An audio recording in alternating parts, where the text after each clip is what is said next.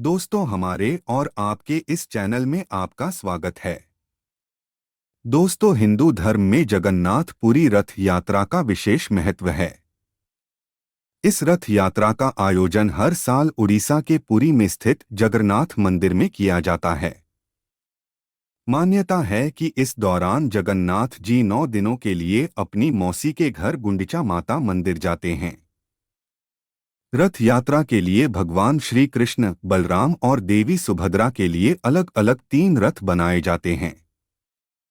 जब रथ यात्रा शुरू होती है, तब सबसे आगे वाला रथ भगवान बलराम का होता है, बीच में देवी सुभद्रा का रथ होता है और सबसे पीछे वाला रथ भगवान श्री जगन्नाथ जी का होता है। इस प्रकार रथ यात्रा बेहद दिलचस्प होती है और भक्तों के लिए विशेष रूप से फलदायी होती है। इस साल यह रथ यात्रा 20 जून 2023 से शुरू होगी। हर साल इस रथ यात्रा में शामिल होने के लिए लोग देश विदेश से पहुंचते हैं और इस रथ यात्रा को पर्व की तरह मनाते हैं।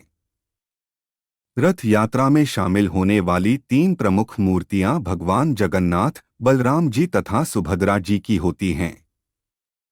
उड़ीसा के पुरी में स्थित जगन्नाथ मंदिर भारत के पवित्र 4 धामों में से एक है और यह वैष्णव मंदिर श्री हरि के अवतार श्री कृष्ण को समर्पित है।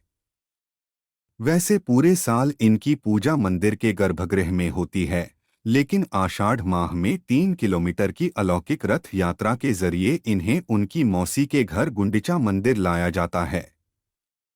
ये मंदिर 800 वर्ष पुराना है।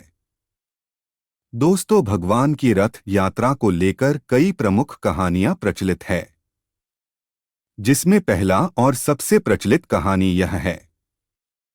पद्म पुराण के अनुसार भगवान जगन्नाथ की बहन ने एक बार नगर देखने की इच्छा जाहिर की थी। तब जगन्नाथ जी और बलभद्र अपनी बहन सुभद्रा को रथ पर बैठाकर नगर दिखाने निकल पड़े। इस दौरान वे मौसी के घर गुंडिचा मंदिर भी गए और वहां 9 दिन तक ठहरे। ऐसी मान्यता है कि तभी से यहाँ पर रथ यात्रा निकालने की परंपरा है। इस रथ यात्रा के बारे में स्कंद पुराण, नारद पुराण में भी विस्तार से बताया गया है। पौराणिक मान्यताओं के अनुसार पुरी स्थित गुंडिचा मंदिर को उनकी मौसी का घर माना जाता है। ऐसा माना जाता है कि गुंडिचा मंदिर में ही भगवान जगन्नाथ जी का अवतरण हुआ था। रथ यात्रा के दौरान भगवान जगन्नाथ, भाई बलभद्र और बहन सुभद्रा की मूर्तियों को अलग अलग रथों पर स्थापित करके नगर भ्रमण कराया जाता है।